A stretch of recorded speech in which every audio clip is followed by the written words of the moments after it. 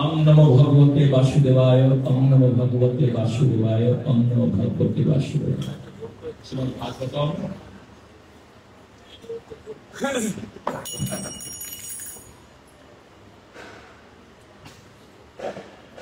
स्कंद 3 अध्याय 19 श्लोक नंबर 17।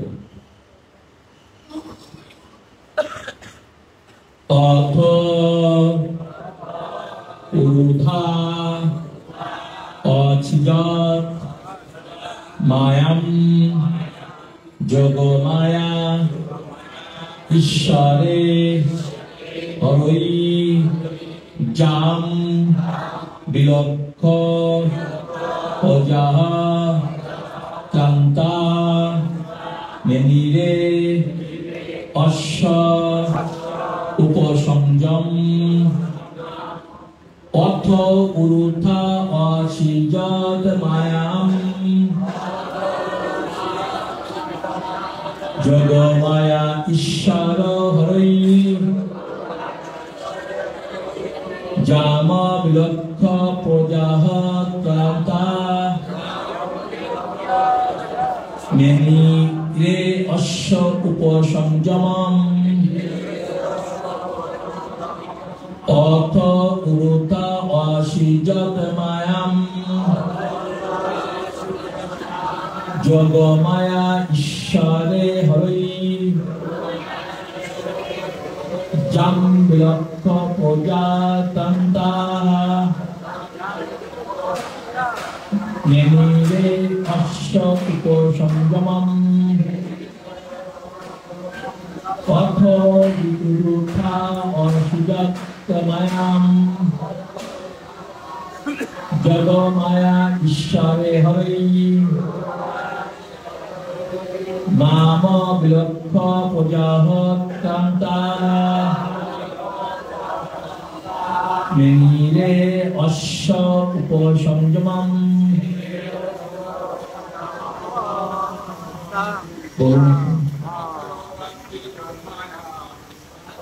भक्ति उरुता असिजत माया जगमाया ईश्वरे हरि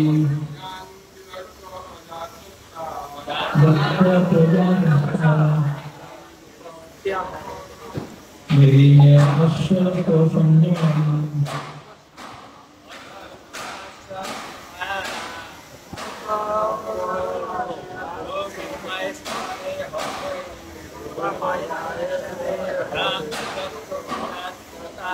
गाम लक्ष्य प्रजाता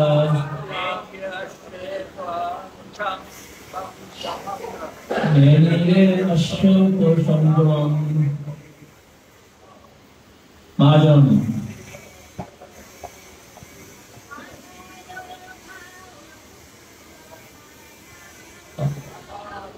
अथ उरुथा असिजत मायां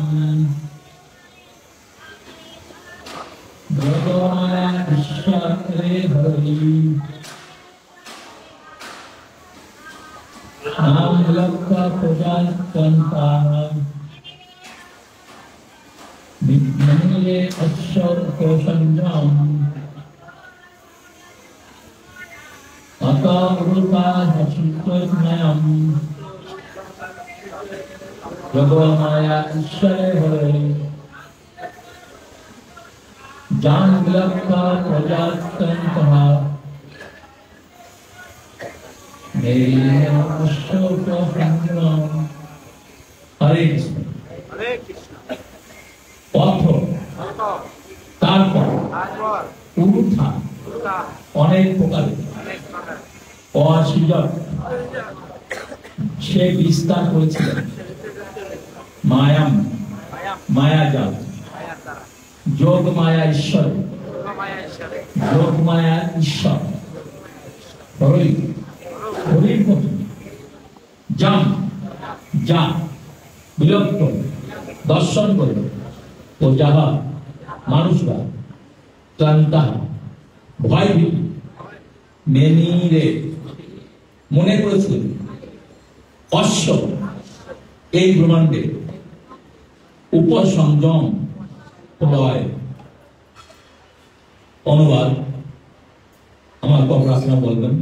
তারপর সেই দৈত্য যোগ মায়াধীশ শ্রীহরির প্রতি নানাবিধ মায়াজাল বিস্তার করতে লাগে। তা দেখে সাধারণ মানুষেরা অত্যন্ত শঙ্কিত হয়েছিল এবং মনে করেছিলেন যে জগতের পুরাই কাল সমবস্থিত হয়েছে। ইসকনের প্রতিষ্ঠাতা আচার্য অভয় চরণারবিন্দ ভক্তিবেদান্ত স্বামী ছিল বহুপাত্রিক তাৎপর্য অসুরে পরিণত হয়েছে তার যে ভক্ত, তার সঙ্গে যুদ্ধের আনন্দ এতই প্রবল হয়েছিল যে সমস্ত জগতের প্রলয় হওয়ার অবস্থা হয়েছিল। এটি হচ্ছে পরমেশ্বর ভগবানের মহিমা। এমনকি কনিষ্ঠ আঙ্গুলের হেলনও জগৎবাসীর কাছে অত্যন্ত মহান এবং ভয়ঙ্কর বলে প্রতীত হয়। এখানেই ছিল বহুপাদের প্রাঞ্জল তাৎপর্য সমাপ্ত। ছিল বহুপাদ কি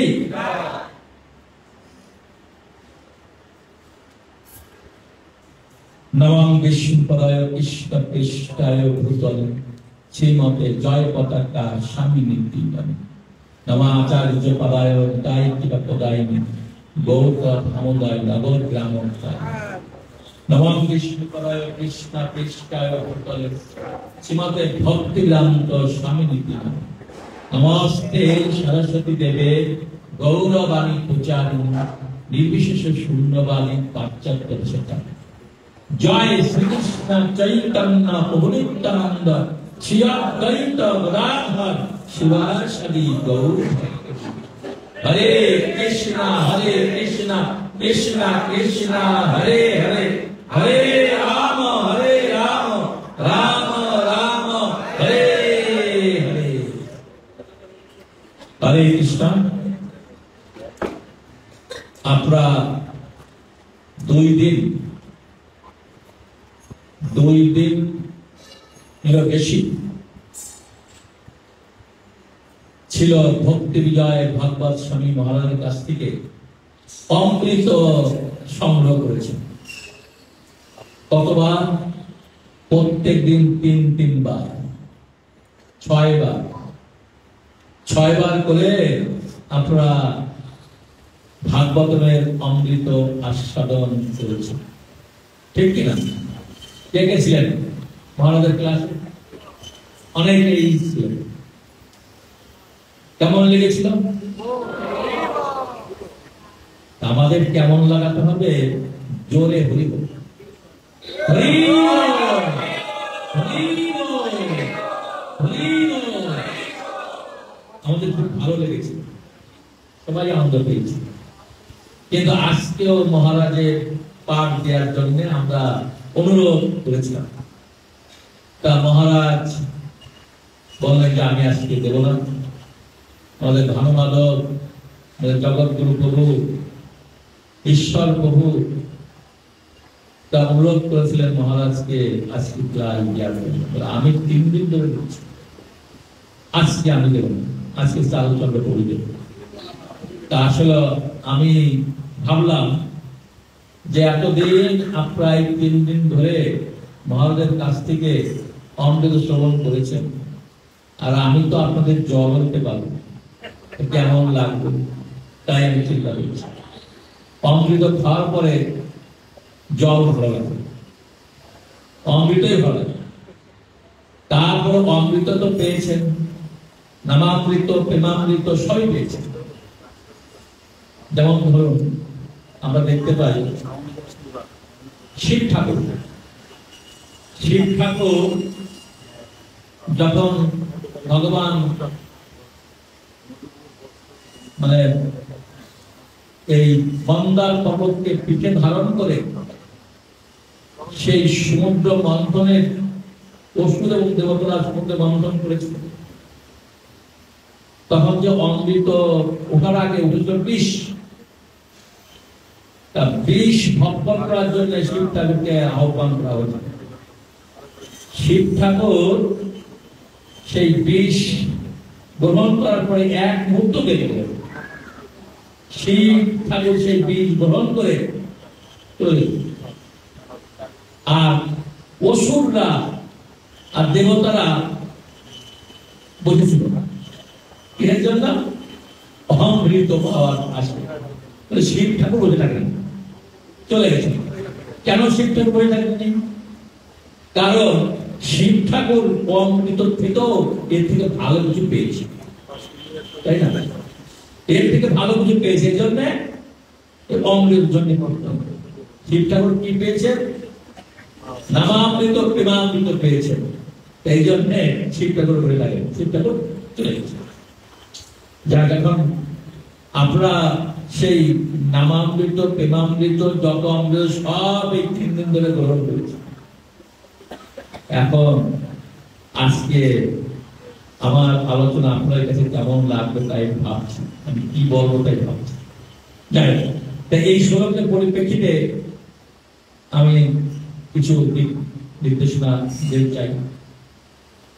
এখানে বলা হয়েছে এর অনুবাদে, তারপর সেই দত্ত যোগমায়াধীশ শ্রীহরির প্রতি নানাবিধ মায়া জাল বিস্তার করতে লাগে। তাদেরকে সাধারণ মানুষরা অত্যন্ত শঙ্কিত হয়েছিল এবং মনে করেছিলেন যে জগতের প্রলয়কাল উপস্থিত হয়ে গেছে। এই কে ওষুধটা? হিরণ্যাক্ষ। হিরণ্যাক্ষ ভগবানের উপরে এমন ভাবে আক্রমণ করেছিলেন এবং মায়াজাল বিস্তার করেছিলেন। কারণ ওষুধরা অনেক মায়াজাল বিস্তার করতে পারে, অনেক ভিলকিবাজি দেখাতে পারে।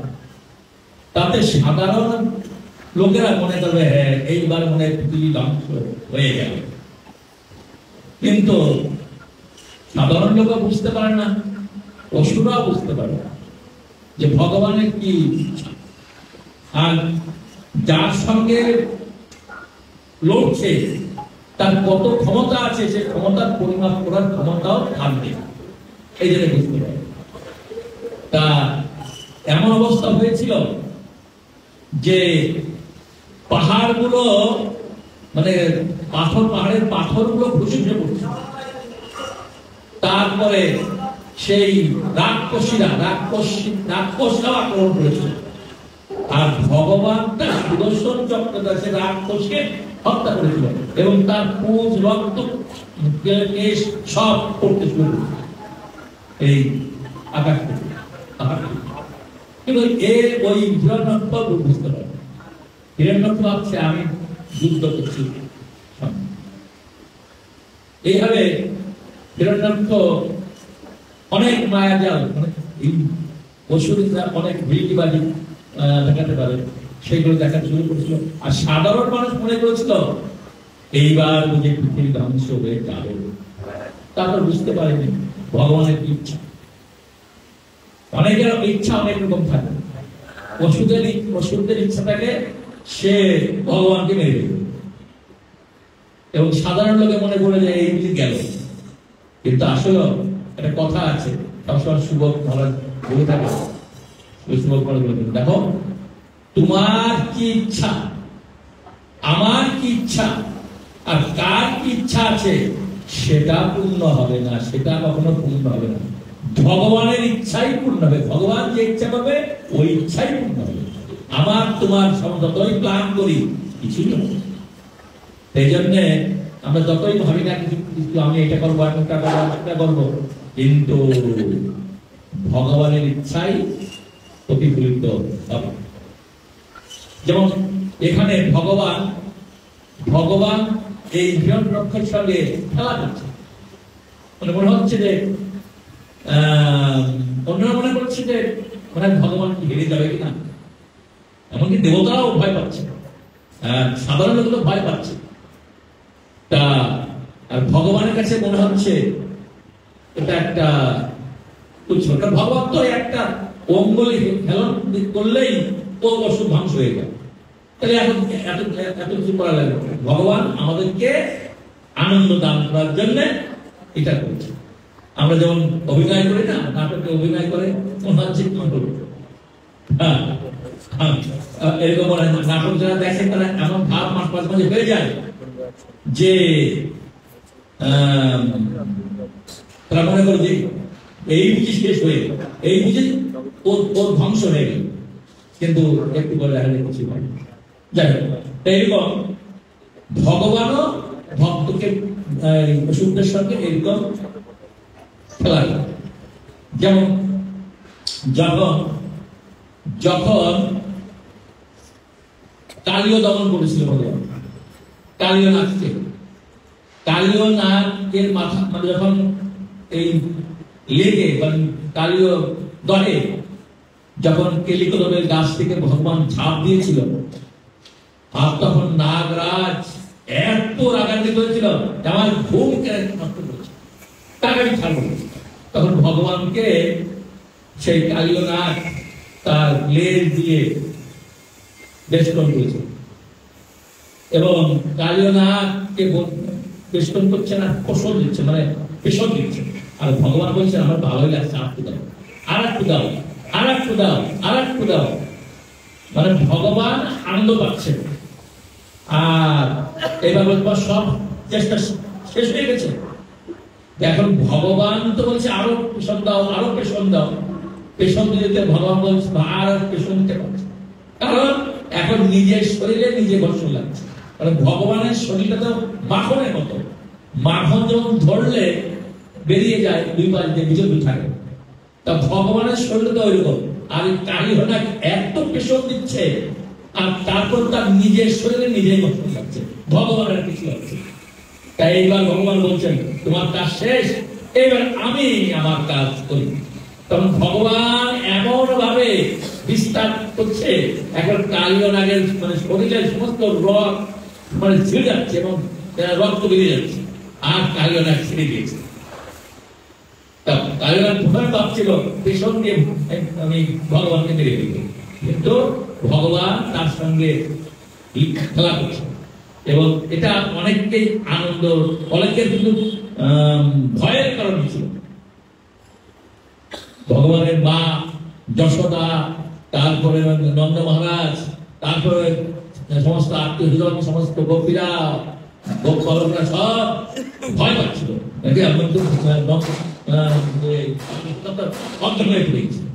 আমার ছেলে কি হবে। যখন এই কালীয় পেশন ছিল তখন কেউ দেখেনি, কিন্তু যখন ভগবান তার বিস্তার করছে, বড় হচ্ছে, শরীরটা ফুলিয়ে দিচ্ছে, আর কালীনাগের সমস্ত শরীর রক্ত দাপ হচ্ছে, তারপর ছেড়ে দিয়েছে। আর তখন ভগবান উপরে উঠে তার মস্তকে নৃত্য করেছে। তাই এই হচ্ছে ভগবানের লেখানে। এই যে হিরণ্যাক্ষ এমন ভাবে আক্রমণ করেছে, এমন ভাবে তার সমস্ত রাক্ষস, সমস্ত ভূত পেট দিয়ে মানে যার যত আছে তার মায়াজাল সৃষ্টি করে, সব সৃষ্টি করে এমন ভাবে প্রলয় সৃষ্টি করেছে যে একবার সবাই মনে করছে পৃথিবীর মায়ের ধ্বংস হয়ে যাবে। কিন্তু ভগবান সেই তার সুদর্শন চক্র দ্বারায় ওই সমস্ত মায়াজালকে ছিন্ন করে তারপরে হিরণ্যাক্ষকে ধন করেছিলেন। পরে আস্তে আস্তে আপনারা পাই। তা আমরা অনেকে অনেক কিছু ভাবতে পারি, যেমন আমরা দেখতে পাই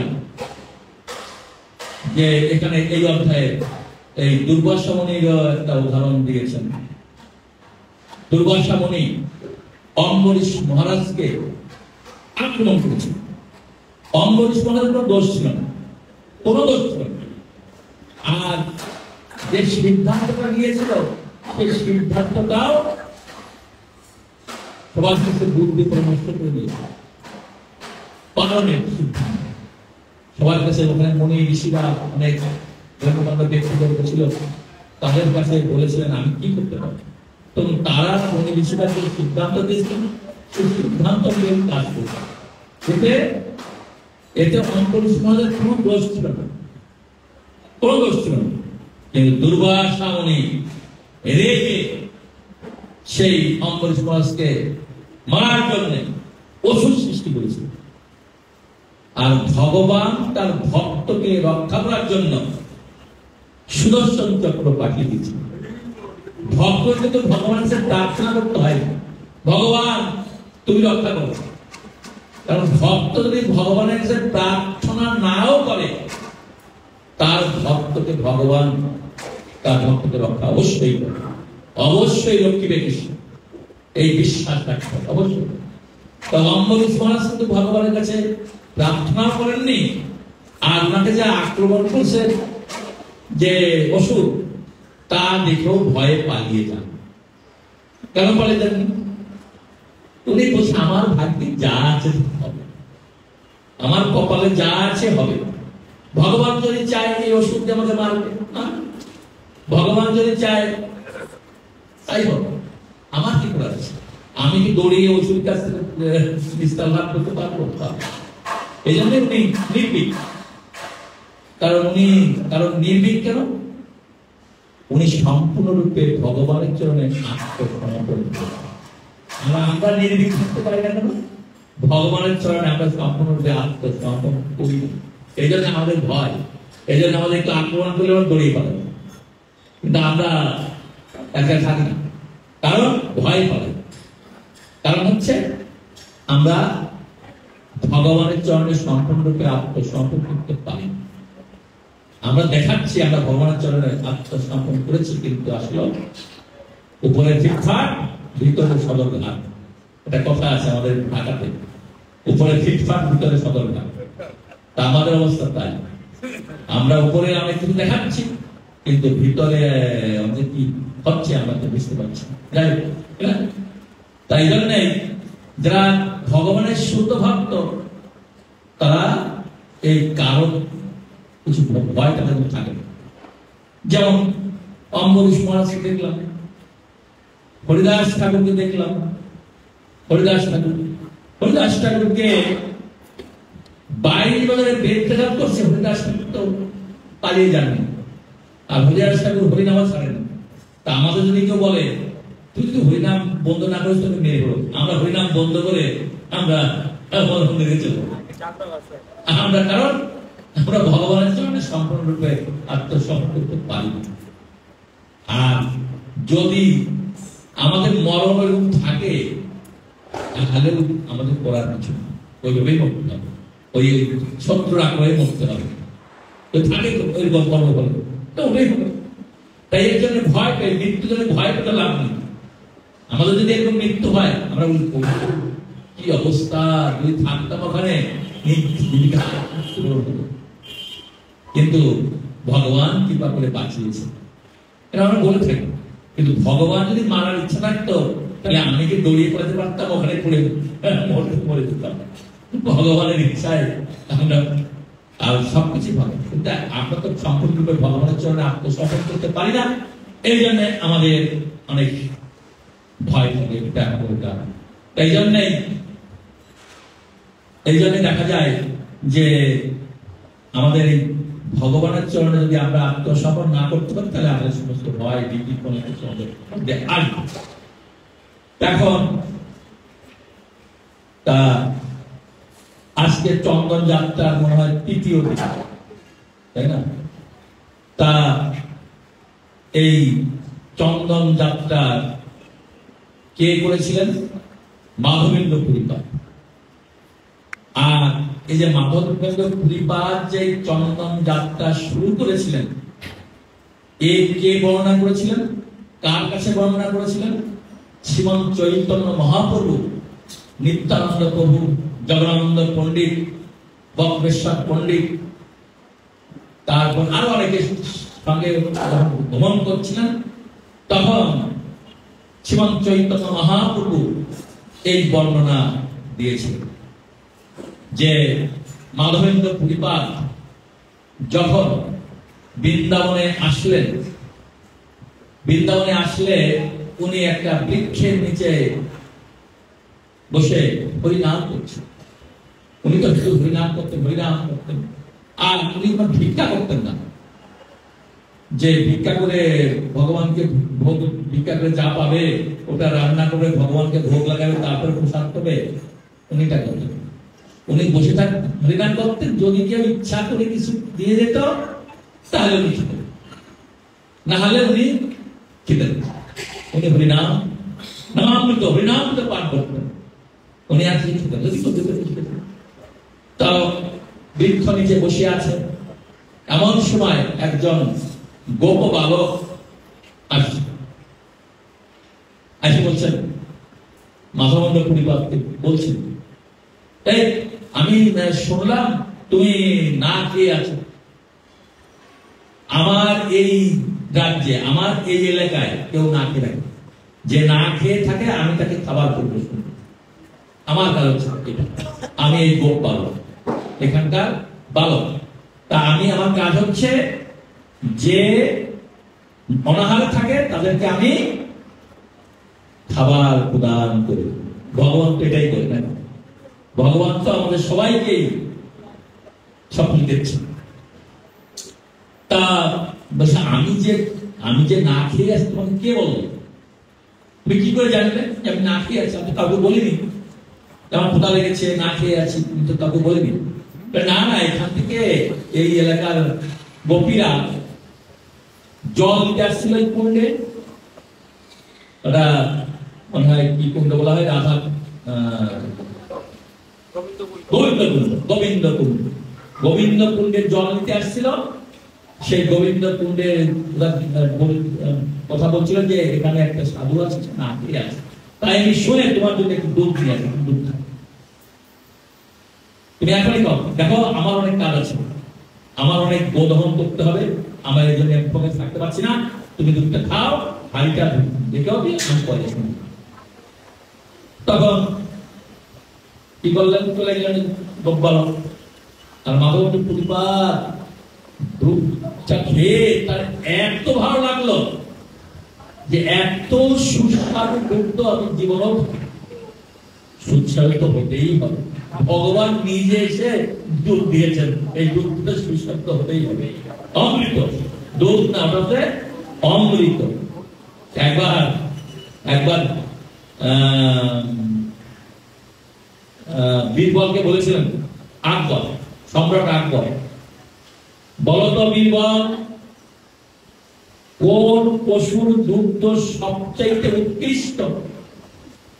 তখন বীরবল বলেছিলেন মহিষের দুগ্ধ সবচেয়ে উৎকৃষ্ট। তখন নবাব মানে সেই এটা এমন রাগ করেছিলেন যে মহিষের দুগ্ধ কি দুগ্ধ, ওটাকে দুগ্ধ বলা হয়,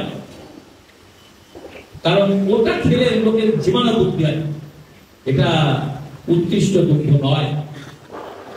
তখন আকবরকে বলেছিলেন বীরবল, তাহলে হুজুর আপনি বলুন কোন পশুর দুগ্ধ সবচাইতে উৎকৃষ্ট? আমার যা ভালো লাগে মনে হয়েছে সেটাই বলেছি, আপনি এখন বলুন। বলে গাভীর দুগ্ধ সবচাইতে উৎকৃষ্ট।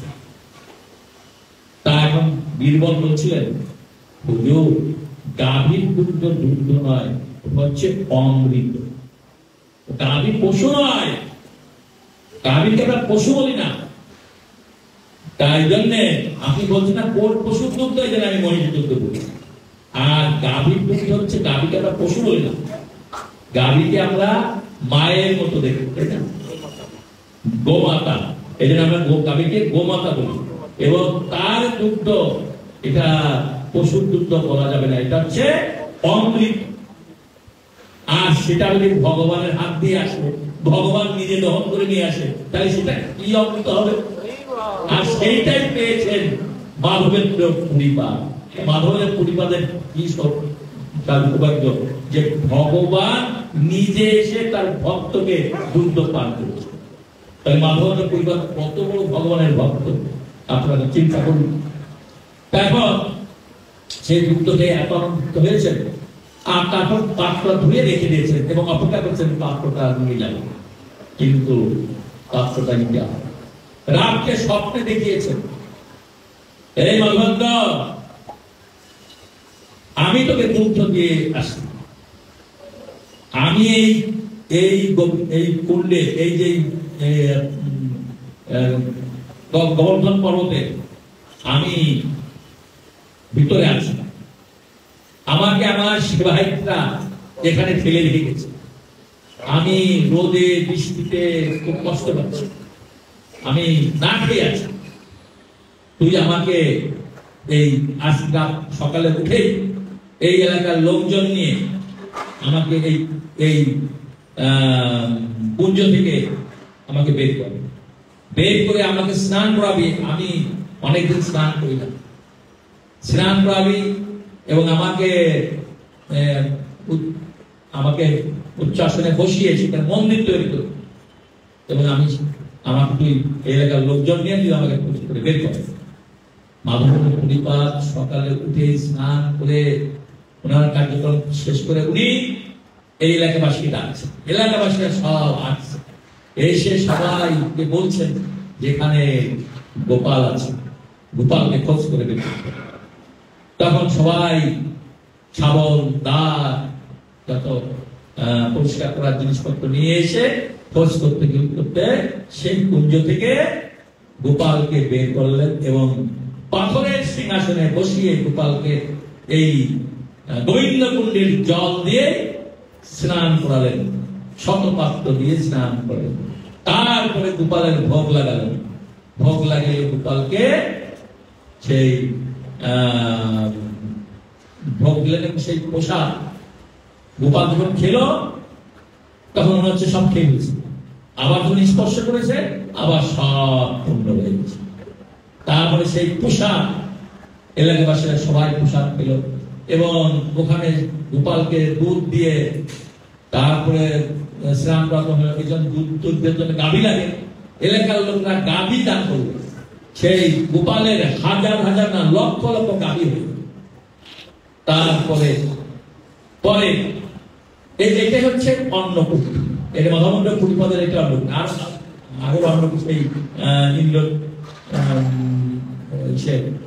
দাপর যুগে হয়েছিল, কলিযুগে এই মাধবেন্দ্র পুরীপাদ এই অন্নকূট মহোৎসব করেছিলেন, তাই অন্নকূট মহোৎসব নাম দিয়েছে। তা সেখানে এই অন্নকূট মহোৎসব এক জুড়ে হয়েছিল, সবাই আমাদের অন্নকূট মহোৎসব এক মাস ধরে করলে ভালো, কিন্তু আমাদের অন্নকূট মহোৎসব সারা বছরই চলে, কারণ যেখানে বেশি বেশি রান্না হয় সেটাই আমরা বলি যে এখানে অন্নকূটের মতো রান্না করেছে, তাই না? যাই হোক, তা এইবার রাত্রে ঘুমিয়েছেন মাধবেন্দ্র পুরী, এখন স্বপ্নে দেখিয়েছে মাধবেন্দ্র আমার গায়ে খুব উত্তাপ, এই তাপ নিবারণের জন্য তুই মলয় পর্বত থেকে মলয় চন্দন এনে আমার গায়ে লেপন কর, তাহলে আমার তো আমি খুব শান্তি। মাধবেন্দ্র পুরীপাদ তখন উনি এই মলয় চন্দন আনার জন্য রওনা হলেন। সেই অদ্বৈত প্রভুর বাড়ি থেকে তার শান্তিপুর থেকে উনি হাঁটতে হাঁটতে রেমুনায় আসলেন। রেমুনায় থেকে গিয়েছিলেন আপনারা, আপনি রেমুনা বেশি, আমি একবার গিয়েছি রেমুনাতে। তা রেমুনাতে সেখানে এসে উনি দেখছেন ওখানে আছে গোপীনাথ, গোপীনাথের বিগ্রহ দেখে এত ভালো লেগেছে, ওখানে ভাবলেন এখানে আমি থাকবো, এখানে রাত্রি যাবো করবো। লোকের মুখে শুনেছেন এই গোপীনাথকে ক্ষীর ভোগ লাগানো, 12টা হাড়িতে ক্ষীর দেওয়া হয়, সেই ক্ষীর ভোগ লাগানো হয়। আর ওই মাধবেন্দ্র পুরীপাদ ওই শুনে ভাবছেন আমি যদি একটু খেতে পারতাম তাহলে এটা যে কত যেমন স্বাদ জানতে পারতাম এবং আমার গোপালের জন্য আমি এই ক্ষীর ভোগ দিতে পারতাম। এই চিন্তা করছেন, পরক্ষণে চিন্তা করছেন হায় হায় আমি কি চিন্তা করছি, কারণ আমি তো কোনো কিছু চেয়ে খাই না কারো কাছে, আমার মনের মধ্যে এই ভাবটা আসলো না। এই ভাবটা কেন আসলে? নিশ্চয়ই আমার অপরাধ হয়ে গেছে। উনি বলেন না এখানে থাকা যাবে না, এখানে থাকলে আমার কি খেতে ইচ্ছা করে, আমি এখানে থাকবো। উনি চলে গেলেন কোথায়? পাশের একটা বাজারে বসে বসে উনি হরে কৃষ্ণ কৃষ্ণ কৃষ্ণ হরে হরে হরে রাম রাম রাম হরে হরে। হরিনাম জপ করছেন এবং কীর্তন করছেন, জপ করছেন। আমরা তো সুযোগ পেলে ঘুমাই, এমনকি হরিনাম জপ করতে করতেও ঘুমাই। মাধবেন্দ্র পরিবার উনি হরিনাম জপ করছেন, আর চিন্তা করছেন আমি এমন আশা, আমার এমন চিন্তা কেন, এই চিন্তা করছেন। কিন্তু ভগবান তো ভক্তের ইচ্ছা পূর্ণ করে। ভগবানের ভক্ত ইচ্ছা করেছে ক্ষীর খাবে, আর ভগবান তার ভক্তের ইচ্ছা পূর্ণ করে থাকে। আর ভগবান কি করছেন, ওই পূজারী যখন ক্ষীর ভোগ লাগিয়েছেন, প্রত্যেকে একটা হাড়ি সরিয়ে দিয়েছে ওনার পায়ের কাছে, এমন জায়গায় সরিয়ে রেখেছেন পূজারী না দেখতে পান। তার দেখতে পারলে নিয়ে যাবে, সরিয়ে রেখেছেন। তখন পূজারী ক্ষীর ভোগ দিয়ে নিয়ে চলে গেছে। পূজারী কিন্তু 12টা হাড়ি নিয়ে চলে গেছে। পূজারী 12টা হাড়ি নিয়েছে নিয়ে গেল, কারণ সে তো জানে 12টা ভোগ দিয়েছে। কিন্তু ভগবান একটা কিন্তু সরিয়ে রেখে পূজারী বুঝতেই পারে, কিন্তু পূজারী মনে হচ্ছে 12টাই নিয়েছে। ভক্ত ভগবানের জন্য এটা লুকিয়ে রেখেছে। এখন পূজারী রাত্রে ঘুমিয়েছেন, আর পূজারীকে রাত্রে স্বপ্নে দেখেছেন, এই পূজারী ওঠ, তাড়াতাড়ি ওঠ, আমার এক ভক্ত পাশের বাজারে সে বসে বসে হরিনাম করছে, তার নাম হচ্ছে মাধবেন্দ্র পুরী। সে তার জন্য আমি এক হাড়ি ক্ষীর রেখে দিয়েছি আমার আঁচলের পাশে, পায়ের পাশে আঁচলের নিচে আছে। তুই এই ক্ষীরটা নিয়ে এসে এক্ষুনি কি মাধবেন্দ্র পরিবারকে দিয়ে আনি। আমার ভক্ত শুনে হরিনাম করছে পাশের বাজারে। পূজারী চিন্তা করে, আমি তো 12টা হাড়ি নিয়ে গেলাম, তা আবার কি হলো, এটা কি ভুল দেখলাম? তাও চিন্তা করে না, গোপীনাথ তো আমাকে ভুল স্বপ্ন দেখাতে পারে না। তখন স্নান করে আবার কাপড় চোপড় পরে তিলক তিলক কেটে একবার মন্দিরে গেছে। মন্দিরে যে দেখে যে গোপীনাথের পায়ের পাশেই ক্ষীর রয়েছে, আর পূজারী সেই ক্ষীর নিয়ে দৌড়ে গেছে। আর বাজারে যে ডাকছে, মাধবেন্দ্র পুরী, মাধবেন্দ্র পুরী, মাধবেন্দ্র পুরী, তুমি কোথায় আছো, তুমি কোথায় আছো, তুমি আমার কাছে আসো, দেখে যাও গোপীনাথ তোমার জন্য ক্ষীর চুরি করে রেখে দিয়েছে। তুমি ক্ষীর প্রসাদ গ্রহণ করে তুমি এই ক্ষীর প্রসাদ তুমি গ্রহণ করো, আমি অপেক্ষা করছি, তুমি কোথায় আছো? মাধবেন্দ্র পুরী ওই শুনে যে গোপীনাথ আমার জন্য ক্ষীর চুরি করে রেখে দিয়েছে, ওই শুনে দৌড়ে আসছে। তখন আবার যেহেতু ডাকছে, তখন সঙ্গে সঙ্গে দাও দাও দাও আমাকে যাও, আমি গ্রহণ করবো। আর সঙ্গে সঙ্গে এই পূজারী মাধবেন্দ্র পুরীপাতকে দেখে ক্ষীরটা হাতে দিয়ে দণ্ডবত প্রণাম করছে এবং মাধবেন্দ্র পুরীপাতকে আলিঙ্গন করছেন। আপনার কি সৌভাগ্য, ভগবান আপনার জন্য ক্ষীর চুরি করেছে, আপনি ভগবানের উত্তম ভক্ত, আপনার কি সৌভাগ্য, ভগবান আপনার জন্য ক্ষীর চুরি করে রেখেছে। সেখান থেকে ওই গোপীনাথের নাম হলো ক্ষীরচূড়া গোপীনাথ। ওখানে ক্ষীরচূড়া গোপীনাথ আমাদের এই তীর্থযাত্রা যারা যায়, আমাদের আমার পৌরসভা যায়, আর সেখানে যে এই লীলাটা বলবে, আর লীলা বললে সবাই তখন আর ওখান থেকে ক্ষীর প্রসাদ পাওয়া যায়, অনেক ক্ষীর প্রসাদ পাওয়া যায়। রাধা গোবিন্দ কি, জগন্নাথ বলের সুভদ্রা মহারানী কি, গৌর নিতাই ভগবান কি। এখন ওই মাধবেন্দ্র পরিবার এই ক্ষীর গ্রহণ করে এতই আনন্দ হয়েছে, আর গোপীনাথ আমার জন্য ক্ষীর রেখেছে এটাকে চিন্তা করছে। আর ওই হাড়িটাকে ধুয়ে খেয়েছে, তো ধুয়ে জল খেয়েছে, আর ভেঙে এই ঝোলা দুটো দেখেছে। যখনই ক্ষুধা লাগবে তখনই আমি একটু কামড়িয়ে কামড়িয়ে খাবো, এইভাবে। যে কারণ এটা ভগবানের নিজের স্পর্শ এই হাড়িতে আছে, আর সেজন্য নিজেকে রেখে দিয়েছে। আসলে পরে চিন্তা করছেন, সকালে তো চারিদিকে খবর হয়ে যাবে যে আমার মাধবেন্দ্র পরিবারের জন্য গোপীনাথ ক্ষীর চুরি করে রেখেছিল, আর আমাকে দেখার জন্য অনেক লোক আসবে, সকালে অনেক লোক আসবে, এই জন্য আমি এখান থেকে পালাইয়া যাই। বলা আছে যে প্রতিষ্ঠার ভয়ে পালাইল পুরী, পুরী প্রতিষ্ঠার ভয়ে পালিয়ে চলে গেল। কিন্তু পালাই গেলে কি হবে? কোথায় গেল? যে পুরীতে চলে গেল। পুরীতে যে দেখে রাজা প্রতাপরুদ্র তার সমস্ত লোকজন নিয়ে মাধবেন্দ্র পুরীর জন্য আপনাকে করছেন, কারণ উনি জানতে পেরেছেন গোপীনাথ মাধবেন্দ্র পুরীপাদের জন্য ক্ষীর চুরি করে রেখে দিয়েছে। এই তো ভগবানের কত প্রিয় ভক্ত, এই যে সেই ভক্তের দর্শনে, ভক্ত সেবা করার জন্য, ভক্তর স্পর্শ পাওয়ার জন্য উনি দাঁড়িয়ে আছেন ওনার লোকজন নিয়ে, তাকে স্বাগত জানানোর জন্য।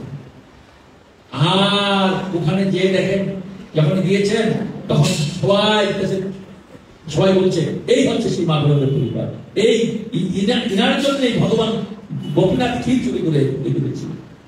আর সবাই মাধবেন্দ্র পরিবারের জয় ধ্বনি দিচ্ছেন, মাধবেন্দ্র পরিবার কি, মাধবেন্দ্র পরিবার কি, মাধবেন্দ্র পরিবার কি, গোপীনাথ ভগবান কি, গোপীনাথ ভগবান কি, এইভাবে ধ্বনি দিচ্ছেন। আর সবাই হরে কৃষ্ণ হরে কৃষ্ণ কৃষ্ণ কৃষ্ণ হরে হরে, হরে রাম হরে রাম রাম রাম হরে হরে নাম।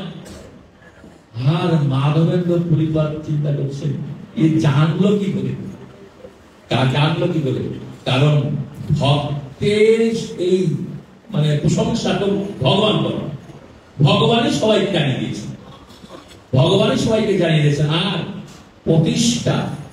প্রতিষ্ঠা জন্য পুরী পালাই গেল, আর প্রতিষ্ঠা পিছন পিছনে ভাবিত হয়েছে। ভগবান যদি প্রতিষ্ঠা কারো দেয় সেটা হচ্ছে আসল প্রতিষ্ঠা, আর আমি যদি প্রতিষ্ঠা চাই সেই প্রতিষ্ঠা নাও পেতে পাওয়া যাবে। এটার জন্য মাধবেন্দ্র পরিবার প্রতিষ্ঠা চাননি, কিন্তু প্রতিষ্ঠা পিছনে পিছনে চলে যেতাম। তারপরে রাজা প্রতাপরুদ্র এই মাধবেন্দ্র পরিবারকে অনেক যত্ন করে সেবা করলেন, এবং সেই মলাই চন্দন এনে এবং সমস্ত কাগজপত্র রেডি করে মাধবেন্দ্র পরিবারকে সামনে দুজন সেবক দিয়ে সেই মলাই চন্দন মাধবেন্দ্র পরিবার পাঠিয়ে দিলেন, মাধবেন্দ্র পরিবারকে দিয়ে পাঠিয়ে দিলেন। আর সেই মাধবেন্দ্র পরিবার আবার এই মলাই চন্দন নিয়ে এই রেমুনায় গোপীনাথের মন্দিরে রাখতে অবস্থান করলেন। আর সবাই এই মাধবেন্দ্র পরিবারকে দেখার জন্য হাজার হাজার নয়, লক্ষ লক্ষ নয়, কোটি কোটি ভক্তবৃন্দ এসে সেখানে ভিড় জমাচ্ছে। মাধবেন্দ্র পরিবার, যে মাধবেন্দ্র পরিবার সৌভাগ্য, গোপীনাথ মাধবেন্দ্র পরিবার জন্য ক্ষীর চুরি করে ভগবানের গোপীনাথের উত্তম ভক্ত। আর সেই রাত্রে ওই পূজারী আবার সেই ক্ষীর এনে মাধবেন্দ্র পরিবারকে ভোজন করালেন। আর মাধবেন্দ্র পরিবার আনন্দিত হলেন, এবং আনন্দ হয়ে উনি বিশ্রাম নিলেন। তখন বিশ্রাম নেওয়ার পরে মাধবেন্দ্র রাত্রে স্বপ্ন দেখাচ্ছেন। মাধবেন্দ্র পরিবারকে 3 বার স্বপ্ন দেখিয়েছিলেন, 3 বার। একবার হচ্ছে ওই গোবিন্দপুরের কাছে যখন ছিলেন তখন, তারপরে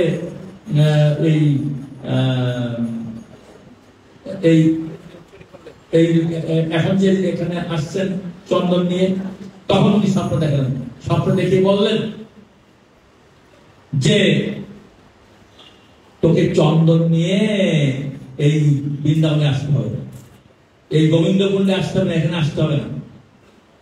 এই আমি এবং ওই গোপীনাথ একই বিধি, তুই কালকে এই গোপীনাথের যারা আমাদের সেবক আছে তাদের বলবি তারা চন্দন ঘষবে, আর তুই আমার গায়ে লেপন করবি। তাহলে ওই গোপীনাথের গায়ে লেপন করা আর আমার গায়ে লেপন করা একই হবে, তোরা কষ্ট করে আসতে হবে। সেই চন্দন পুরা গ্রীষ্মকাল ধরে যতদিন মানে গরম ছিল ততদিন এই চন্দন গায়ে লেপন করেছিলেন মাধবেন্দ্র পুরীরা। সেই চন্দনটা আমাদের এই চন্দন এখন গায়ে লাগায়। অন্য বছর এখানে বিভিন্ন রকম বিভিন্ন দিনে বিভিন্ন রকম ড্রেস তৈরি করা হতো, বিভিন্ন রকম লীলা বিষয় তৈরি করা হতো, কিন্তু একবার একটু উল্টা পাল্টা হয়েছিল। এই জন্য আমাদেরকে একটু রাগ করেছিল আমাদের অথরিটি, এই জন্য আমি ওইখানে একটু রাগ করেছিলাম। এই জন্য এই বছর মনে হয় সেই জন্যই আর করছেন না। মানে আমি জানি না আমার বড় হয়ে গেল, কিন্তু আসলে আমি মাধবপুরের বলেছিলাম, উনি বলেছিলেন যে এবার মনে হয় খুব কষ্ট করা সম্ভব হবে কিনা জানি না, উনি দেখতে চেয়েছিলেন। তা আমার মনে হয় যে ছেলেটা সাজাতো সে মনে হয় দেশে নেই, বাংলাদেশে নেই, এই জন্যই মনে হয় হচ্ছে না। যাই হোক, বলছে বাংলাদেশে আসলে আবার হতে পারে, কিন্তু একটু অন্য মানে পুরা মূল বিগ্রহকে না সাজিয়ে অন্যভাবে করার জন্য আমাদেরকে অনুমোদন দিয়েছে। তাই হোক, যাক ওটা না হলেও প্রত্যেক দিন ভগবানকে চন্দন লেপন করা হবে। যদি আপনারা কেউ এই পূজারীদের চন্দন ঘষতে সহায়তা করতে চান তাহলে আপনারা করতে পারেন। যদি আপনারা চন্দন কিনে দিতে চান তাও দিতে পারেন, এটা ভগবানের সেবা হবে। অনেকে চন্দন কিনে দেয়, অনেকে কর্পূর দেয়, চন্দন আর কর্পূর সহ দেয় অনেকে। তা যাই হোক, তাই এই চন্দন যাত্রা এভাবে মাধবেন্দ্র পুরী এই করেছিলেন। এটা চৈতন্য মহাপ্রভু স্বয়ং নিত্যানন্দ প্রভু কুমার পারিষদ বলেছেন, সেটাই সেই লীলাটা আমরা সবসময় বলে থাকি।